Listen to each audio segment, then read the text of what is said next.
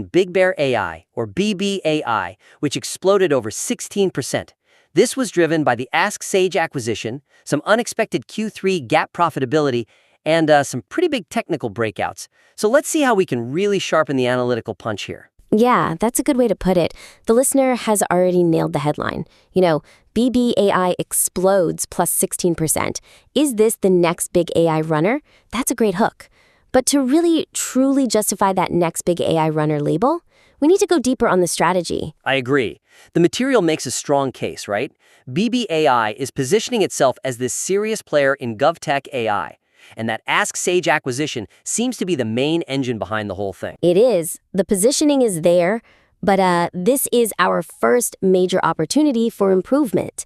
The script sets up this compelling narrative of BBAI in GovTech AI, but it misses a chance to fully dig into the strategic implications of the Ask Sage deal. It goes a little beyond just, a surface comparison to Palantir. I see what you mean. The report calls Ask Sage the biggest driver, and it's the key to making BBAI look like a frantic, early-stage Palantir. But when you say it lacks strategic depth, what's missing for someone who, already gets the acronyms in the space? Right. Right now, it just feels like they bought users and contracts, not necessarily like a fundamental strategic shift, and that leaves the bull case feeling a bit underdeveloped on the execution side. So it's about moving the story from "we bought a great company" to "we bought a dominant strategy." Precisely. The suggestion here is to bolster that argument. You need to explicitly link the Ask Sage platform to specific, sticky government processes. Clarify the synergy with BBA's existing predictive tech. Because, GovTech contracts are sticky for a reason. The cost of switching is just enormous. We need to illustrate that sticking power. Okay, let's get concrete. How do we do that? Instead of just saying it's used by the federal government, what kind of detail would really land the point? You have to focus on the immediate cross-selling opportunity. For example, detail how Ask Sage's generative AI, which is great at handling documents and info retrieval, will immediately plug into BBI's predictive tech, the tech the DoD already uses. Ah, okay. So imagine a Gen AI helping analysts sift through mountains of classified text, and then BBI's algorithms deliver that predictive insight instantly. That is a direct, tangible value proposition. That explains the synergy. That paints a much more powerful picture. And you also mentioned tying the financial outcomes to this. How do we make that $6 price target feel like it's based on more than just the chart? So the report says if they execute, that $6 price could become the new floor. That's a technical call, right? But technicals need fundamental anchors. The suggestion is to detail what success actually looks like post-integration. Tie that floor directly to operational KPIs. So instead of just $6 is the new floor because of the gap up, we say $6 is the new floor, but it's contingent on these specific milestones. Exactly. Give a forward-looking statement, even if it's a hypothetical one. Talk about expected retention rates or projected ARR growth that comes specifically from that new federal user base. If Ask Sage brings in users with, say, 95% retention on their Gen AI products, that's a durable revenue stream that justifies a higher valuation floor. That's the kind of detail institutional money is looking for. That's a necessary shift. Okay, let's pivot to the second major issue. This one is less about the content and more about the delivery, the tone. It's a trading report, it's designed for energy, but sometimes that energy can work against the seriousness of the investment case. That's right. The highly promotional and frankly volatile language, while it's great for engagement and clicks, it risks undermining the financial seriousness, especially when you immediately follow it up with discussions about extreme risk indicators, like the stock's beta. The weakness is that the tone just swings wildly. You go from phrases like, "the stock absolutely exploded," and "bulls are in full control," right into this very severe bear case warning about the beta being over 3, that it moves 3 times as fast as the market. That contrast is just too jarring. And that mixed messaging can seriously confuse the listener. Are we celebrating a guaranteed hit, or are we giving sober financial advice? You end up with 2 contradictory reports inside one script. The listener is trying to process the objective risk alongside the breakout thesis, and the tone just doesn't help balance the 2. So the suggestion is to weave those risk factors, like the high beta, the volatility, in earlier, more organically, not just save them for an abrupt warning at the end. Yes. We need to frame volatility not as a warning, but as a defining characteristic of this specific AI runner. It's something that has to be factored into the entire thesis from the start. The The volatility is why the potential reward is so high, but it also dictates your defensive strategy. That framing immediately sounds more professional. So you're using the beta to contextualize the stock's behavior. What are some concrete ways to weave that high volatility reality into the main narrative? Okay, for concrete examples, you could introduce the beta, that it's over 3 right in the financial snapshot section at the beginning. Use it to immediately frame the $2.74 billion market cap, and this is crucial, explain why the company's $586 million cash pile is so important. If the stock is prone to wild swings, then that cash position is the company's defensive strength. It reframes the cash as a strategic asset for weathering volatility, not just a nice-to-have on the balance sheet. That makes the volatility a known feature, which the company is actually prepared to manage because of its cash. That's a much better story. And then in terms of language, we can just refine the technical descriptions a little. We want to convey aggression without just relying on hyperbole. So replace phrases like the stock gapped up and never looked back with language that's more descriptive of what professional traders are doing. So instead of the emotional story of the run-up, we emphasize the quality of the movement. Precisely. Framing the strong Marubozu-style close, which is a candlestick pattern that signals high conviction. Frame that as evidence of significant institutional participation. It conveys technical aggression, but with a disciplined tone.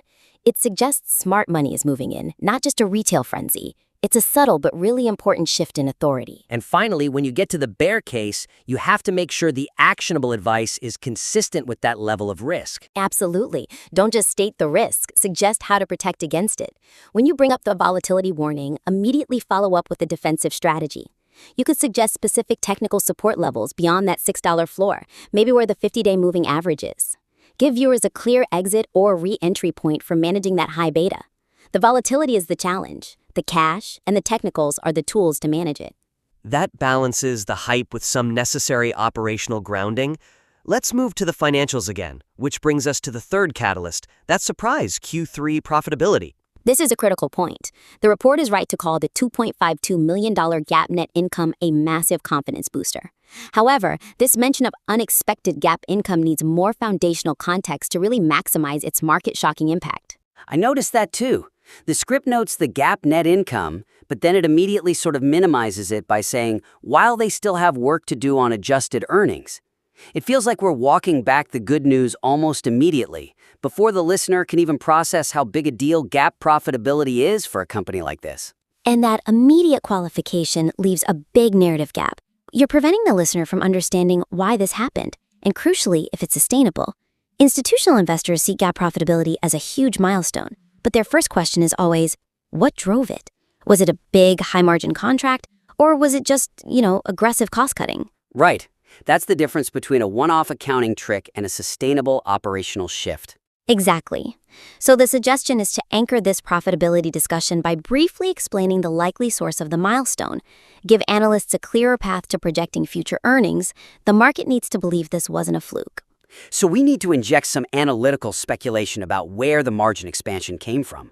What are some concrete examples of how to do that without making the segment too dense? When you cite the $2.52 million GAAP net income, pivot for a moment to the quality of the revenue beat, that $33.1 million they reported. Speculate on which segment, government or commercial, was primarily responsible.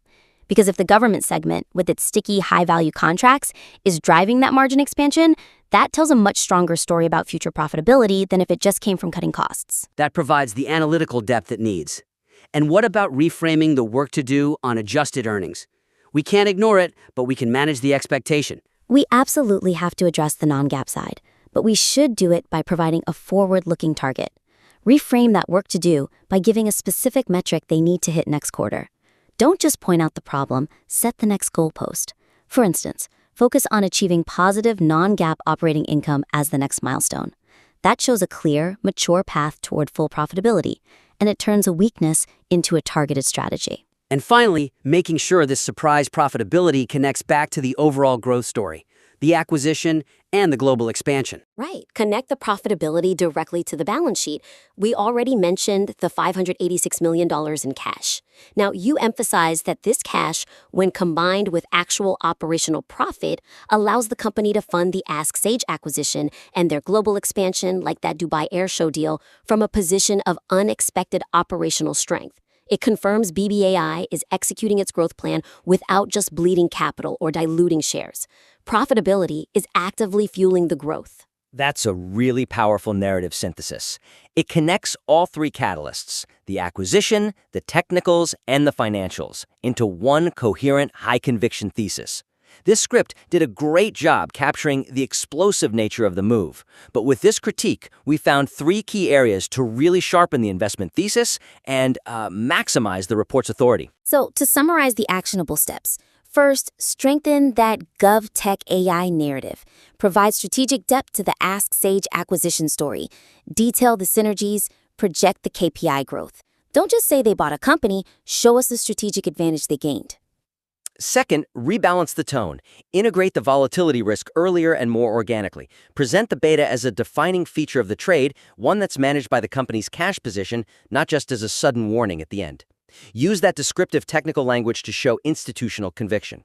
And finally, strengthen the foundation of that surprise gap profitability. Give the reader a clear idea of how it was achieved, the quality of the revenue, and what the next sustainable financial target is, something like achieving positive non-GAAP operating income. Implementing these changes will take your report from an exciting market summary to a really robust, authoritative financial analysis. We encourage you to make those changes and submit your refined report back to us. We look forward to seeing the next, even stronger version of BigBear.ai's breakout story.